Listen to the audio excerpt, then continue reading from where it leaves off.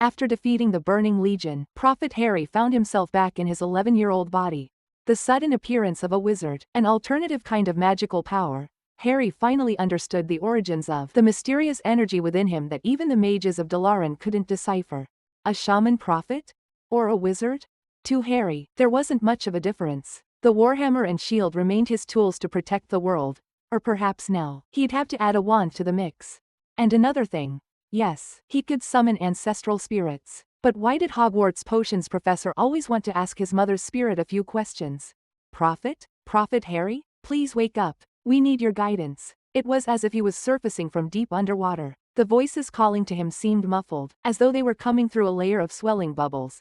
Indistinct yet oddly clear enough to pierce his ears. The sound sent a shiver through Harry. He abruptly opened his eyes, but the next second, Harry doubted whether he was truly awake or still dreaming. The surface beneath him wasn't the soft hide of a beast. There was no crackling of firewood burning in the brazier, and the usual aroma of burnt spices that lingered in his home was entirely absent. Instead, the air was filled with a musty stench. There was no sunlight, or rather, the only illumination came from a faint glow seeping through the thin cracks of a nearby wooden door. After a few seconds of adjustment, Harry finally took in his surroundings. It was cramped, dim, and so narrow that he couldn't even stand upright. Stretching out both arms would have him touching the walls on either side. Above his head were layers upon layers of steps, constructed from dark gray cement. Wait, steps? Fragments of memories, long buried, forgotten, dismissed as childhood fantasies, began to resurface in his mind. This place, could it be real? Had he returned to what he once considered home, his aunt and uncle's house? What was it called again? Earth?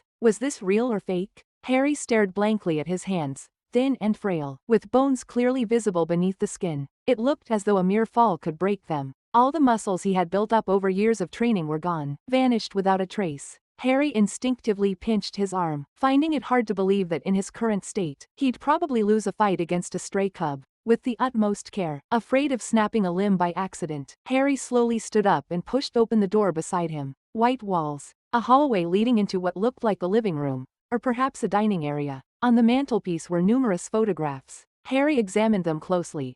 A chubby boy riding a bicycle, the same boy on a carousel, but not a single photo of himself. Harry rummaged through his memories. Yes, he remembered now. This was his cousin, and his presence in this house had always been systematically erased, as though he didn't exist. Everything Harry saw in the house stirred long-forgotten memories, bringing them back into sharp focus. It all felt so real that it made him question whether everything he had experienced was just a dream. The whispers of the elements, the secrets hidden by spirits, the temptations and howls of demons, the blood spilled on the battlefield, the shouts of his comrades. Could all those vivid memories, the physical pain, and the power he wielded have been nothing more than an incredibly realistic dream? It was hard not to entertain such doubts when his physical body was here, solid and responsive, his thoughts crystal clear. Yet Harry remained equally convinced that everything he experienced in Azeroth was real, because Harry raised his hand, and in his open palm, a thin, translucent stream of water coiled like a serpent, gliding nimbly between his fingers. Though faint and sluggish, as if dormant, the elements of this world still answered his call. In addition, Harry could still feel the magic within him, though even Jaina couldn't pinpoint its origins. Yet, when he channeled this power into shamanic arts, it worked remarkably well. The elements seemed to appreciate it. And beyond these tangible changes, Harry's keen senses, heightened awareness, and the marks the elements had left on him, all remained. The scars of war were still etched into his body, just as they had been in that other world. Nothing was different except his age, which had regressed, and his body, which had returned to that of an 11-year-old.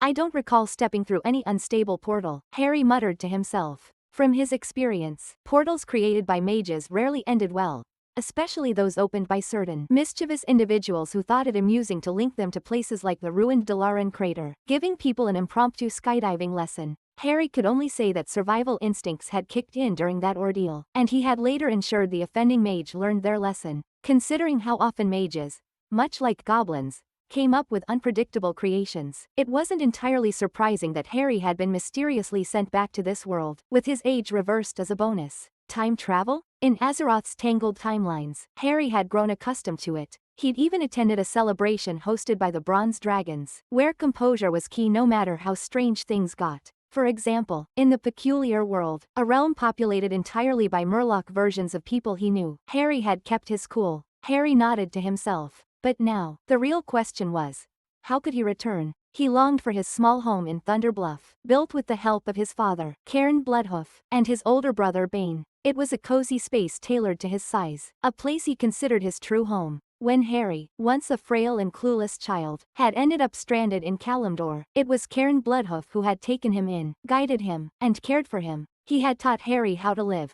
not as a human, but as a Tauren. Even though Cairn was a Tauren and Harry a human, there had been no distinction in the way he was treated. In fact, Harry sometimes thought of himself as a peculiar kind of Tauren, one whose horns had yet to grow and whose fur was a bit sparse. So, where could he find a mage to open a portal for him? Harry fell into deep thought. Crash. Just then, a sudden clatter behind him broke his concentration. Turning around, Harry saw a plump middle-aged man struggling to get up from the floor, his face a mixture of panic and fury. Oh, and anger. Definitely anger. You little brat, I warned you already, the man roared, his face flushed red with rage, his entire body seeming to swell with fury. No magic, no freakish, disgusting magic in this house. After a few false starts, the man finally spat out a description for what he had witnessed. You mean this, uncle? Harry raised his hand, and the water snake coiled between his fingers moved more energetically in response. He was beginning to remember who this man was. His uncle, Vernon. I told you not to do that, boy. To Vernon, the livelier movements of the water snake were a deliberate provocation. He roared, charging at Harry like a tank, one hand reaching directly for Harry's hair. Bang! The sound was sharp and solid, the kind of noise that made one wince just imagining the pain.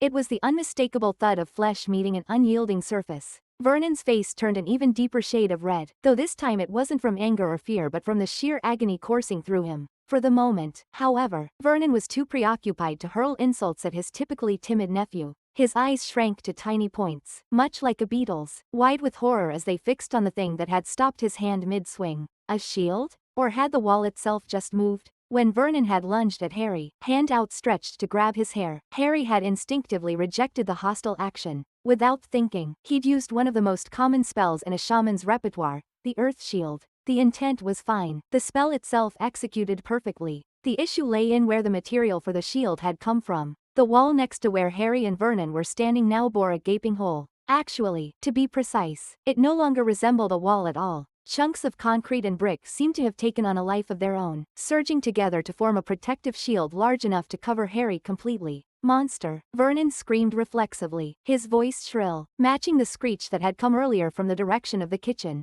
Harry turned his head toward the sound and saw a woman clutching a spatula, her hands pressed to her head as she let out piercing shrieks. It was his aunt, Petunia. The sight of her ruined home, evidence of her nephew's unwanted antics, seemed to stun her into a moment of horrified clarity. The thought of her spotless reputation now at the mercy of the neighbors' gossip threatened to make her faint on the spot. Harry, what are you doing? Petunia shrieked. Today is Dudley's birthday, and the neighbors, they'll see us. Well, Harry mused inwardly, at least she remembers her son's birthday amidst all this chaos. That's some impressive maternal focus. Still, these weren't the most pressing matters. No, the real issue was that if Harry's calculations were correct, this house wasn't going to hold together much longer. After all, the Earth Shield had pulled its material directly from the house's load-bearing wall, not just punctured it, obliterated it entirely. Harry glanced around. The walls nearby were already trembling, small cracks spidering outward ominously. The commotion downstairs had clearly roused someone from their slumber. From above came a thunderous stomping, and soon, a pajama-clad boy with a nightcap perched on his head appeared at the top of the stairs. Dad, you're being so loud. What's going? Oh my God. Harry recognized the boy immediately. The photographs he'd seen earlier had been filled with this round-faced individual. This was Dudley, his cousin, whose long-forgotten antics had once left Harry bruised and battered. Dudley, however, seemed far more interested than horrified. His eyes lit up as he surveyed the scene below. This is so cool, he shouted, his voice reverberating through the shaking walls. What kind of game is this? It's clearly not a game. Harry sighed. In some ways, Dudley was exactly as Harry remembered him. Brash, excitable, and utterly oblivious. But for Harry, who had lived through more than 30 years' worth of experiences, his cousin's past behavior seemed like trivial squabbles between children. A harmless calf, at best. My house. Petunia's shrill cry cut through Harry's thoughts. The pristine white walls were now riddled with cracks, and the house itself was trembling on its last legs. The cacophony of Petunia's screams, Vernon's roars, and Dudley's exclamations made Harry's head throb. It reminded him of the noisy meetings held by orcs, boisterous, unruly, and loud enough to rattle one's brain. But regardless of the chaos, Harry couldn't just let anyone get hurt. And so, in Little Whinging, Surrey, at number 4, Privet Drive, a plume of dust rose high into the air as the once immaculate house, standing for over a decade, crumbled into rubble, reduced to a heap of debris in a cloud of grey smoke. Well, not entirely rubble. Vernon, Petunia, and Dudley were all sprawled on the ground, groaning as they tried to push themselves upright. Moments before the collapse, a torrent of water had swept them to Harry's side. Now they sat in stunned silence, staring at the nephew they had barely acknowledged in the past. Or more accurately, they were staring at the massive, towering figure standing protectively over them. A golem of sorts. It was a hulking giant, cobbled together from the remnants of the house. Shattered concrete, steel rebar, and bricks all melded into one colossal body. If this were Azeroth, Harry mused, the creature would surely have an appropriately grand name. Something like Concrete Earth Elemental, or Brickwork Titan. Whatever it was called, its massive arms and body had shielded them all from the collapse, ensuring no one was harmed. Sorry about that, Uncle Vernon, Harry said with a sigh. He turned to face his still stunned relatives. I didn't expect the magic here to draw directly from the surrounding earth, rather than tapping into the elemental plane. I'll compensate for the damage caused. Vernon didn't respond. He didn't rage, didn't shout, didn't even flinch. He just stood there, frozen in shock, his face blank and uncomprehending. The term stunned silence had never felt more apt. Crack, pop. Harry's attention was drawn away as a series of sharp, crackling sounds erupted. Beyond the rubble of the house, figures began materializing in the street. Not walking out of portals or gates. No, these people appeared out of thin air, dressed in long robes, their wands clutched tightly in hand. The sudden appearance of people on the street caught Harry's attention, especially the way they materialized silently and without warning. Most of them seemed shocked as they landed, many pointing directly at him. Harry keenly noticed that their focus was actually on him. Or rather, it seemed these people already knew of him and were aware of his existence. Yet, Harry had no recollection of them at all. Was it because of his biological parents? Or was there some other reason? Harry felt he might finally uncover the truth. Something connected to the peculiar magical power within him. A house collapsing in a thunderous crash was undoubtedly an attention-grabbing event. By now, the other residents of the street had started poking their heads out, curious to approach number 4, Privet Drive, to see what had happened. However, under Harry's watchful gaze, a portion of the people who had appeared out of nowhere on the street began moving. They waved small wooden sticks, each about the length of a forearm, at those approaching to investigate. Almost immediately, it was as if the curious onlookers had forgotten about the commotion altogether, turning back naturally. Even cars stopped passing by the area. Unlike the usual attire of the people in Harry's memory of this world, these sudden arrivals wore long robes, and some even had pointed hats, reminiscent of the wizards in fairy tales. Harry didn't have much time to observe or reflect. Soon, an elderly man with white hair and a matching beard appeared out of thin air. His arrival noticeably eased the tension among the crowd. Before his appearance, many of these strangers had been glancing at Harry with fear in their eyes, their nerves taut like strings about to snap. A man wearing a bowler hat hurried over to the old man, his face filled with unease. Not a Muggle-born incident, Dumbledore, thank goodness it isn't. Calm down, Cornelius. Leave this to me. The ever-present wind carried their words to Harry's ears. Noticing the oddity of the breeze, Harry observed that the white-bearded man seemed to notice it too. He turned briefly toward the air before walking toward Harry. May we have a chat, child? The bearded man said with a warm smile. Don't be afraid, we mean no harm. In fact, it's wonderful to see you're unharmed. The man carefully examined Harry from head to toe, his gaze lingering on the concrete giant that had shielded Harry and his relatives from the collapse. His eyes sparkled with amazement. Of course, sir, Harry replied softly. At his words, the concrete elemental began to curl up, and within seconds, it crumbled into an unremarkable pile of rubble, indistinguishable from ordinary debris. It looked as if it had always been just that. The faintly settled dust rose into the air again, but this time, the old man waved his wooden stick, and the dust vanished completely, as though it had never existed. So this was the magic of this world? Quite discreet. It should prove useful. Harry's eyes flickered with thought. It seemed the world he was born into wasn't as mundane as he'd remembered. The power of magic had hidden itself for reasons unknown. Amazing magic, the old man marveled. Please forgive my curiosity. How did you do it? I don't know, sir. Harry lied without a flicker of emotion. I didn't expect it to happen. Well, it wasn't entirely a lie. After all, Harry truly hadn't anticipated that casting shamanic magic in this world would draw directly from the surrounding environment instead of from the elemental realms of wind, fire, earth, and water. This peculiarity had caused the Dursleys' house to be destroyed. To be honest, Harry felt a bit guilty about it. Fascinating magic. Truly fascinating, the old man said with a kindly smile. At the very least, I've never seen anything quite like it. Could I trouble you to demonstrate it again? As he spoke, he playfully winked. It was clear this man was skilled at dealing with children. An average 11-year-old might have been flattered by such praise, forgetting their fear and hesitation, and eager to show off. Unfortunately, Harry was no ordinary child. I'm afraid I can't, sir, Harry said, lowering his head to look at his hands. They're not responding anymore. This was the truth. The elemental energy in this world was even less active than Harry had imagined. His earlier act of conjuring the earth elemental had apparently drained the area's energy further, rendering it inert for the time being. The elements hadn't told Harry why this dormancy occurred, but he planned to investigate after regaining more of his strength. For now, he was too weak to do anything recklessly. I see, the old man said, sighing in genuine disappointment. He seemed to fully believe Harry's explanation. What a pity, but life is long, and it's always a joy to witness something new. If you ever, monster. It seemed that, after some time to recover, Vernon had finally regained his senses. He let out a short, piercing scream. Gone. My house is gone. The house turned into a monster. The monster protected me from being crushed by the house.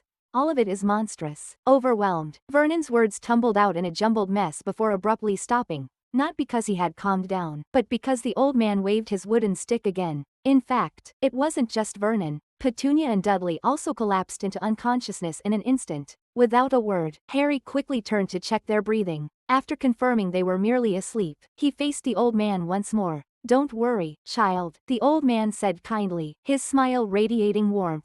Harry's actions seemed to please him. They just need some rest. When they wake up, all the bad things will be gone. What do you mean? Harry asked, glancing around with a sigh. I doubt my uncle will forgive me, and I'm afraid it'll take some time before he can receive my compensation. Just looking at the ruins was enough for Harry to know his aunt and uncle would be furious, especially Petunia. The mere thought of their neighbors gossiping behind their backs would likely make her faint, to say nothing of the financial loss. Oh, it's not as serious as all that. The old man with the white beard chuckled heartily at Harry's words. Your family, after all, connected by blood. There's no such thing as an eternal grudge between relatives. Like I said, things haven't reached the point of no return. You've already shown me a fascinating bit of magic, haven't you? The white-bearded old man blinked playfully, like a child. Now it's my turn. With that, he waved his peculiar, jointed little wand once again. A weapon Harry now recognized as the trademark of this world's mages, all of them with a similar design. A little wand.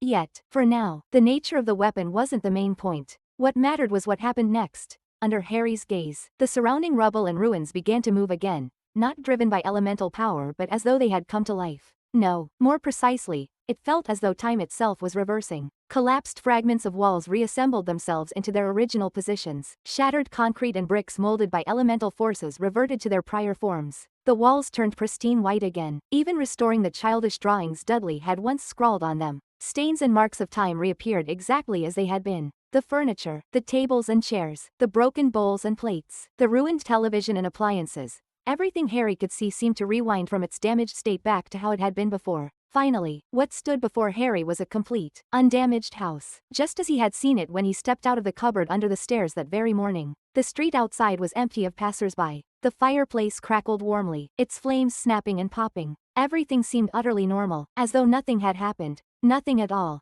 Clap, clap, clap. Harry couldn't help but applaud. Honestly, even with his experiences in another world, the magic this old man displayed was so astonishing. It was like the magic of all magic. Back in Stormwind, if the mages had been capable of such feats, the city wouldn't have needed rebuilding, and there wouldn't have been all those issues with unpaid stonemasons leading to the Brotherhood's rebellion. Amazing, Harry exclaimed, clapping enthusiastically. Truly amazing. The old man, who was far livelier than his age suggested, placed one hand on his stomach and spread the other outward, bowing to his sides and forward as though taking a curtain call at the end of a performance. Thank you, thank you. His poor old back must have been suffering for it. Well then, Harry, the old man chuckled as he put away his wand, gesturing toward the sofa. Forgive this old fellow for meddling. Just now might have been a bit beyond my usual stretching exercises. If you don't mind, why don't we sit down and have a chat? Harry noticed the old man seemed oddly familiar. either in personality or because he knew one of Harry's relatives very well. As Harry watched, the fridge door in the kitchen swung open on its own, and out floated a few desserts Dudley hadn't liked and left behind. The kettle filled itself with water and hopped onto the stove, boiling within seconds. Teacups danced their way to the table hand in hand, already holding tea leaves. When the hot water poured in, the fragrant aroma of milk tea wafted into Harry's nose. Incredible, Harry said sincerely once again. This display of magic was even more refined than anything the Kirin Tor could manage in Dalaran. Have a seat, Harry, the old man said warmly. Oh, don't worry about your relatives. When they wake up, it'll be as if nothing ever happened, all the unpleasant memories erased. Just like a bad dream. You tampered with their memories? Harry frowned. Memory was always a sensitive topic. Harry wouldn't want anyone prying into his cherished recollections, nor would he want anyone meddling with them. Do you think they'd want to remember any of this? The old man countered. Recalling Vernon's panicked meltdown, Harry hesitated for a moment before nodding, deciding not to pursue the matter further. Although it's a bit late for this now, I think basic introductions are still in order, don't you, Harry? The old man smiled kindly. Allow me to introduce myself. Albus Dumbledore, headmaster of Hogwarts School of Witchcraft and Wizardry. Leaning forward slightly, Dumbledore extended his hand. Harry Potter, as you already know. Though taken aback by the old man's perceptiveness and the respect he offered despite his age, Harry responded with proper etiquette, shaking the extended hand. A magic school? Was it like Dalaran at its inception? A place for teaching magic? Or was it more akin to the Kirin Tor? Indeed, a magic school, Dumbledore said, leaning back into his seat with a playful wink. Although it sounds a bit boastful, I must say that Hogwarts is undoubtedly the finest magic school in all of Europe. The finest in Europe. Which meant there were other schools. So, unlike Dalaran, it wasn't tied to political alliances? Harry pondered this silently but betrayed no reaction outwardly. Oh, right, Dumbledore exclaimed, as if suddenly recalling something. He began rummaging through his robes. To be honest, Harry had been holding back a comment for a while. Dumbledore's attire, a purple robe adorned with silver moons and stars, was certainly striking. Was this the standard aesthetic for wizards in this world? But no, that couldn't be. The people he'd seen earlier on the street hadn't been dressed like this. Aha, found it. As Harry mulled over this, Dumbledore finally produced what he'd been searching for. From a hidden pocket inside his robe, he pulled out a letter sealed with red wax and handed it to Harry. Good thing I had one with me, or it would have been a shame for a young wizard to miss out. Wizard? Harry raised an eyebrow as he took the letter. Not a mage? Yes, a wizard. Dumbledore chuckled, his eyes twinkling. Just like the wizards and witches in Muggle fairy tales. I assume you've heard some of those stories? Oh, and by the way, Muggle is our term for people who can't use magic. Maybe, Harry muttered noncommittally, glancing down at the envelope in his hands. To Mr. Harry Potter. The living room by the coffee table. 4 Privet Drive. Little Whinging. Surrey. The letter pinpointed his exact location at this moment, which left Harry somewhat skeptical about the capabilities of this world's so-called wizards. After all, just a few minutes ago, 4 Privet Drive had no such thing as a coffee table in its living room. He opened the letter. Hogwarts School of Witchcraft and Wizardry. Headmaster. Albus Dumbledore. Order of Merlin. First Class. Grand Sorcerer. Chief Warlock of the Wizengamot. International Confederation of Wizards. Dear Mr. Potter, we are pleased to inform you that you have been accepted at Hogwarts School of Witchcraft and Wizardry. Please find enclosed a list of necessary books and equipment. Term begins on September 1st. We await your owl by no later than July 31st. Yours sincerely, Minerva McGonagall, Deputy Headmistress. Await my owl? Harry looked up, puzzled. That's how wizards send messages. Oh, yes. Owls are remarkably intelligent creatures and have served as messengers for wizards for centuries. Dumbledore replied with a serene smile. They rarely make mistakes. Perhaps you'll want one as a pet someday. For now, though, you can just tell me your answer directly. After all, I am the headmaster, am I not? Ha ha ha ha. Dumbledore laughed heartily at his own joke, clearly amused. I thought you might use something more magical for communication, Harry mused, recalling the messengers he'd seen back in Dalaran. Those ranged from spectral servants to arcane constructs, or even beings that flew on their own wings. Compared to those, an owl delivering letters seemed far less magical and impressive. Such methods would indeed be more magical but far too conspicuous, Dumbledore said, shaking his head. As you might have noticed, the wizarding world is hidden. Breaking this secrecy would result in severe consequences under our laws. So, about today, Harry began, recalling the commotion he'd caused earlier. Oh, you have nothing to worry about, Dumbledore reassured him with a smile. You're just an untrained wizard, Harry. No one will punish a young wizard for instinctive magic. You're safe. Good to know, Harry nodded. I'm eager to attend the school, but I do have a couple of questions first. Go ahead, Dumbledore encouraged, reaching for his teacup. Though I might need a little more sugar for this. First, your school probably isn't free, is it? My aunt and uncle certainly wouldn't want to spend money on a magic school. As you can see, Harry gestured toward the unconscious Dursleys sprawled on the floor, and they're not exactly fond of magic either. Thinking back on Dudley's earlier behavior, Harry reconsidered. Dudley wasn't opposed to magic so much as he wasn't the one in control this time. Don't worry about that, Dumbledore said, waving off Harry's concern. Hogwarts provides scholarships for Muggle-born wizards and those from disadvantaged families. But in your case, this won't be necessary. Straightening up, Dumbledore locked eyes with Harry. You have an inheritance, left by your parents. It's more than enough to cover all your expenses at Hogwarts and beyond. My parents' inheritance? Harry's voice wavered, the unfamiliar yet familiar words striking a chord. Yes, Dumbledore affirmed, his tone gentle. Your mother, Lily, and your aunt, Petunia, were sisters. Due to reasons I can't fully explain right now, your bond of blood is why you've lived here all these years. Forgive my secrecy, Harry, he added, seeing Harry's urge to ask further. Some truths are not suited for a child to bear. Your parents' Gringotts vault key is in my keeping, and when the time comes, I'll ensure someone guides you into the magical world.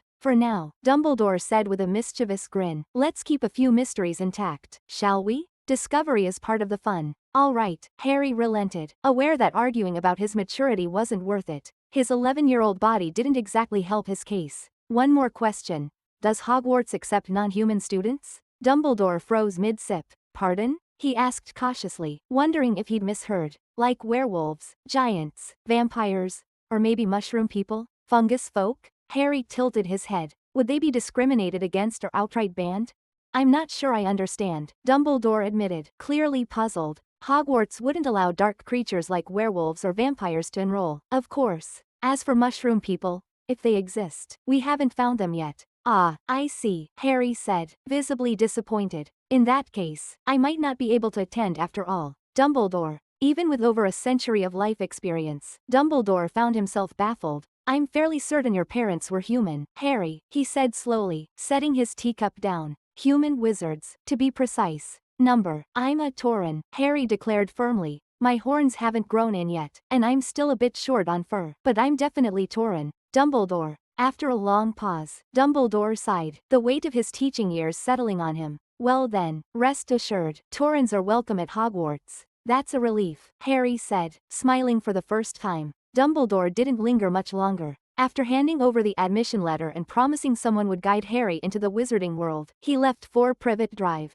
There were, as he explained, many matters to address after the day's events. Harry understood. In a society bound by secrecy laws, the uproar he'd caused was likely a big deal. But Dumbledore's words left much unanswered, particularly why those wizards at the start seemed to recognize him. Their astonishment and curiosity had been palpable, as if he were some extraordinary figure. Yet Harry knew for certain he hadn't made a name for himself in this world. He'd have to uncover the truth in due time. Adding a log to the fireplace, Harry settled back by the coffee table, sipping tea. His nerves, taut from the day's encounters, finally began to ease. Truthfully, he hadn't been around this many humans in years, not in private, at least. It was overwhelming, especially in his weakened state. Harry Potter, shaman and seer of the Horde, was not human. He was Tauren, a truth universally acknowledged within the Horde. You're awake, Aunt Petunia? Harry asked, breaking the crackling silence. He glanced at the sofa, where his relatives lay. How are you feeling? Petunia sat up slowly, clutching her head. Her face bore traces of a nightmare, visions of neighbors jeering, their house collapsing. As her gaze swept the room, reality reassured her. Everything seemed normal. Dreams were just dreams, until her eyes landed on the envelope by Harry's side, its crest unmistakable. No, she groaned, covering her eyes as though to block out the sight of the Hogwarts seal. A shield emblazoned with an H, flanked by a lion, an eagle, a badger, and a snake. Can we talk, Aunt Petunia? Harry asked softly. About my mother. Petunia stared blankly at the letter, then at Harry. You too. I knew it, muttering under her breath. She sighed deeply after a long pause. All right. For Harry, life had temporarily settled into a calm rhythm. He no longer had to endure the irritations caused by too many humans around him or worry about their intentions. After all, to his tribe, humans often meant insults, curses, or even drawn swords, usually culminating in bloodshed and death.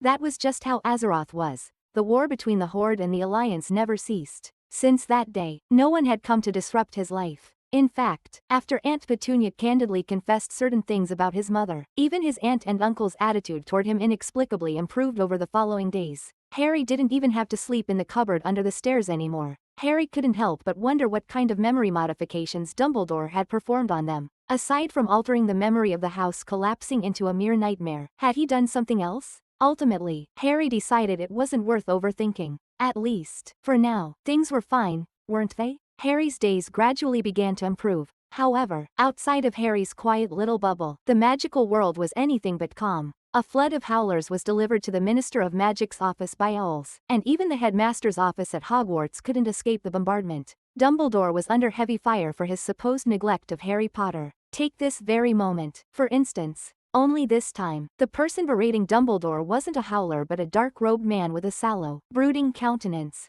"You promised me, Dumbledore." A newspaper was slammed onto the desk of the headmaster's office. Its pages spread wide in righteous indignation. Spittle flew from the dark-robed man's lips, some landing in Dumbledore's silver beard. "You promised to take care of him, and this is what happens? Oh, Severus, calm down. I seem to be telling people that a lot lately. Would you like some treacle pudding?"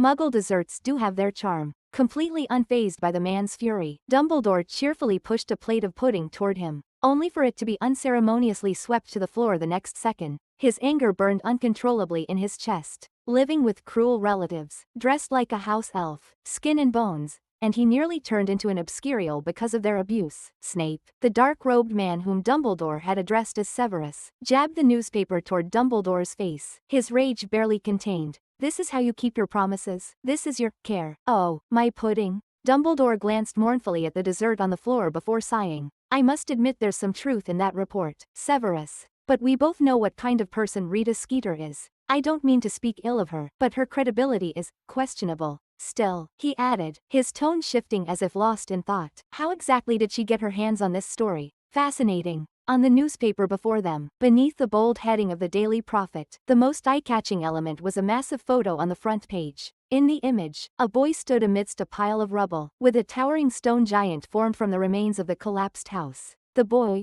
his expression calm, showing neither fear nor panic, stood resolute among the destruction. And below the photo, in bold, striking letters, was the headline, "Harry Potter, the next Dumbledore?" Based on this reporter's investigation, the boy who survived the Dark Lord's curse and led to his downfall has not been living well these past years. Not only is he physically frail compared to other boys his age, but his attire, please pardon my bluntness, makes him look like a pitiful house elf. Forced to rise early and stand on a stool to cook breakfast for his Muggle relatives, burdened with all the household chores, and frequently subjected to scolding and punishment. Years of abuse by his Muggle relatives left the boy who lived in an oppressive environment. It was only in the days leading up to his 11th birthday that everything finally erupted, of course. According to interviews with ministry officials, we can confirm that our young boy did not turn into an obscurial. A magical outburst, ministry officials explained, similar to what every young wizard experiences in times of crisis. As the child who defeated him who must not be named, Harry Potter's magical outburst is naturally far greater than that of his peers. This is perfectly reasonable. That stone giant he conjured is impressive, something many adult wizards would struggle to achieve. As we enjoy the peace and stability of our world, brought about by the sacrifices of this boy's parents, we must ask ourselves, was it worth it? For the hero who gave us this life, what kind of life has he endured in return? In these 11 years, has the ministry fulfilled its responsibility to Harry Potter after the death of his parents? And what about Dumbledore? Has he fulfilled his duty to the boy who lived? These questions demand reflection. The article appeared to adopt a neutral stance, presenting itself as an objective analysis, but its undertones clearly sought to absolve the ministry of any blame, subtly steering public perception. Rita's writing is as engaging as ever, Dumbledore remarked after a brief pause. Her story certainly captures attention. Oh, and this photograph is excellent, especially that moment she caught of me and young Harry gazing at each other amidst the ruins. I do wonder how she managed it. I don't care about that woman's self-made image, Dumbledore, Snape snarled. Her so-called bravery and truth-telling are irrelevant. What I care about are the facts, she reported.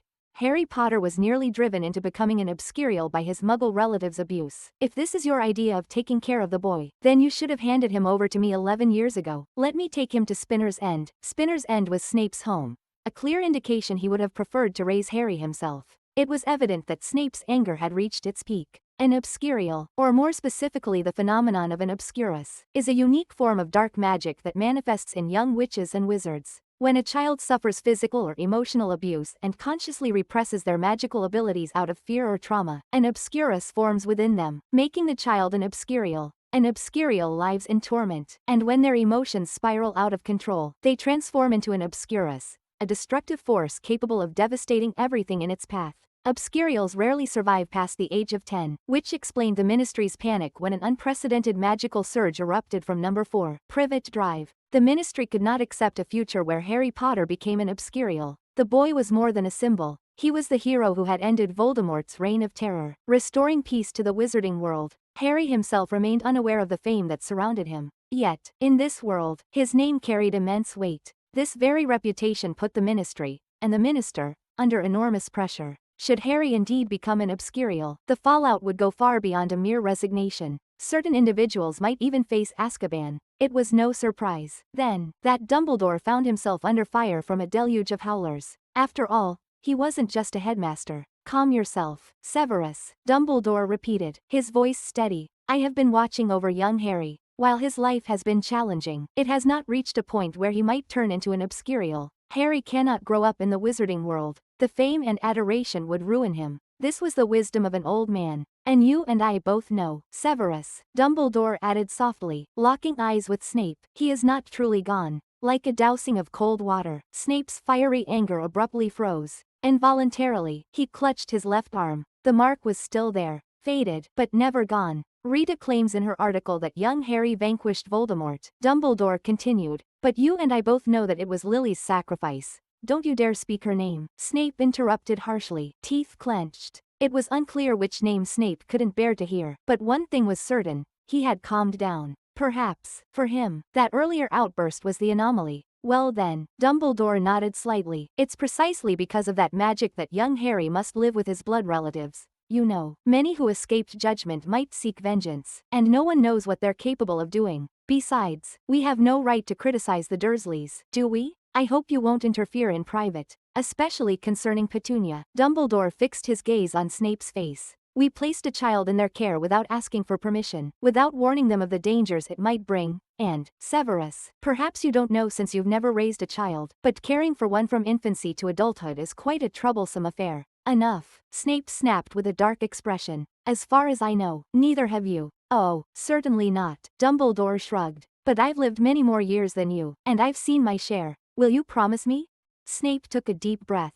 Fine. I can only say that word was forced out between gritted teeth. So, what did you see this time? Snape snorted as if trying to change the subject. That Potter, just like his father, arrogant, lawless, flaunting his powers as he pleases. Oh? That wasn't how you sounded a moment ago, Severus. Dumbledore chuckled. You were rather concerned about young Harry's living conditions, even suggesting, all right, I won't say it. Could you just add a little more sugar to my evening potion? Dumbledore's words faltered under Snape's icy glare, colder than a winter storm. One should never anger a potion's master, especially when said master controls your daily sugar intake. Actually, Harry is in far better condition than I imagined, mentally. I mean, Dumbledore recalled, ignoring Snape's muttered, I'm not concerned about him. To be honest, when Cornelius relayed that Harry Potter had become an obscurial, I was truly startled. Always seeking attention like his father, Snape sneered. So, how did he cast that magic? It didn't seem like transfiguration. Even that Skeeter woman was right about one thing. Most adult wizards can't manage something like that. I don't know, Severus, Dumbledore admitted candidly. It was magic I've never seen before, certainly not transfiguration. It was strange, wonderfully strange. It's hard to imagine a young wizard unleashing such power under pressure. You expect me to believe that? Snape scoffed impatiently. Stop pretending, Dumbledore. How could there possibly be magic unknown to you? Oh, Severus, you give me far too much credit. I'm just an old wizard who's lived long enough. Dumbledore waved dismissively before suddenly laughing. At least young Harry's tales of mushroom men and fungi folk are things I've never imagined. What a curious world. Wouldn't you agree? You actually believe that nonsense? Snape mocked. If he's not hallucinating from poison, he's just lost in Muggle storybooks. Why not believe it? Dumbledore countered. As I said, Harry is in better shape than I expected. There was no fear or panic even after the incident. His calm wasn't an act. It came from deep within. Dumbledore reflected earnestly. He's even thinking about compensating his aunt and uncle for the trouble caused. A consideration rare for a child. Cool-headed, logical, consistent in his reasoning, and most importantly, possessing extraordinary talent. Remarkable, truly remarkable talent, Dumbledore emphasized. At first, I treated Harry like a typical child, but his behavior quickly made me abandon that notion. Dumbledore stroked his beard thoughtfully. It felt more like conversing with a mature soul. I'm attuned to such subtle changes. Anyone listening would think you were talking about the Dark Lord, Snape remarked after a pause. Of course not. Harry still cares deeply for his family, concerned not only for their physical safety but their emotional well-being. Dumbledore chuckled. This time, Snape was rendered speechless, frozen in place. Because, to his astonishment, he realized Dumbledore had genuinely compared Harry Potter to that man and concluded Harry was better. By the way, Severus, Dumbledore continued casually, ignoring Snape's gaze. Have you ever seen a minotaur? Snape. For some reason, those 3 words exuded an inexplicable malice, sending a chill down Snape's spine. Is that another of Potter's delusions? Snape gritted his teeth after searching his memory. If you haven't lost your mind, I assure you, such magical creatures don't exist. Don't indulge his madness. Or are you finally seeking fellow lunatics? Yes, Dumbledore mused, his gaze flickering. Given Harry's rational demeanor, it doesn't add up. Why is that? Do you need a mental clarity potion, Dumbledore? Snape taunted. No matter your high regard, he's just an 11-year-old raised by Muggles. Fantasizing is hardly surprising for a child. Perhaps, Dumbledore murmured, shaking his head, interested in guiding him into the magical world. Severus? Without a word, Snape whirled, black robes billowing, leaving only one statement behind. I have no interest in escorting a little lunatic. Don't bother me with this nonsense, Dumbledore. As the office door slammed shut, Dumbledore was left alone. With a flick of his wand, he vanished the fallen sugar pudding and pulled out another bag of sweets, cheerfully popping one into his mouth. Ah, such unyielding children, Dumbledore muttered, gazing toward the door. Don't you think so, Fox? A soft trill from the phoenix answered him, though Fox managed to roll his eyes before burying his head under a wing. Some things needed no words. **** When Harry finished his morning run and was wiping away sweat while hydrating, a knock on the door caught his attention. Go answer the door, boy, and if it's a salesman, tell them we don't need anything and to stop bothering us, came Uncle Vernon's shout from the living room. Got it, Harry replied, walking toward the door. Upon opening it, he instinctively took a quick step back, his right hand reaching toward his side as if to grab a hammer, only to find nothing there. His other hand reflexively moved behind him to grab for a shield but similarly came up empty. Right. His weapons hadn't returned with him. Who are you? Harry asked warily, staring at the towering figure before him. He resisted the urge to slam the door shut and pretend the person outside didn't exist. Judging by the size of this visitor, breaking down the door would only take a single punch. Harry's caution was warranted. The figure standing at the door was definitely not human. No human could have such massive bone structure or be this broad. Standing nearly 4 meters tall, the figure looked even larger than an ogre from Harry's memories. The being's height alone placed him closer to the category of giants or a giant subspecies, making Harry, who barely came up to the figure's knees, seem minuscule in comparison. In Harry's experience, ogres and giants were rarely associated with intelligence or kindness. They were more often known for their brutality and savagery.